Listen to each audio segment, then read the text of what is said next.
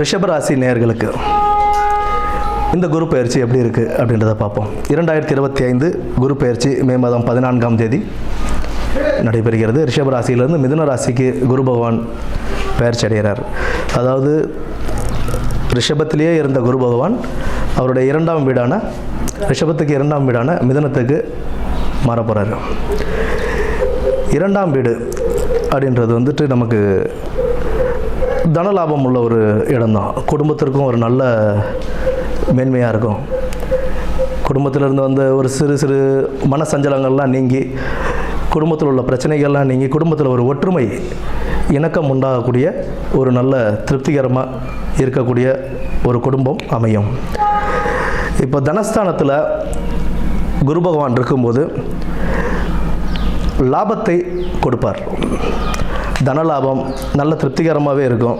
பண வரவு அதிகரிக்கும். செல்வ செழிப்போடு எல்லாமே அமையக்கூடிய வாய்ப்புகள் உண்டு. பட் கிடைக்கும்போது அதை சேமித்து வைத்து ஃப்யூச்சரில் அதை எப்படி பயன்படுத்தணும் அப்படின்ற ஒரு திட்டம் தீட்டி வகுத்து வந்தால் லைஃப் நல்லபடியாக கொண்டு போகலாங்க. திருமணம் ஆகாதவர்களுக்கு திருமணம் கைகூடும்.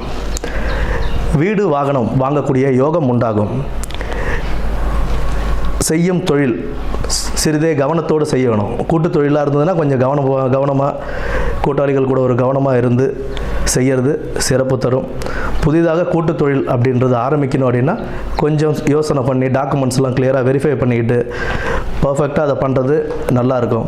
அதிர்ஷ்டகரமான டைம் தான். இருந்தாலும் ஒரு சில இடங்களில் இப்போ இருக்கிற காலகட்டங்களில் எல்லாத்தையுமே நம்ம வந்துட்டு செக் பண்ணி செய்கிறதுன்றது மிக முக்கியமான ஒரு விஷயம்.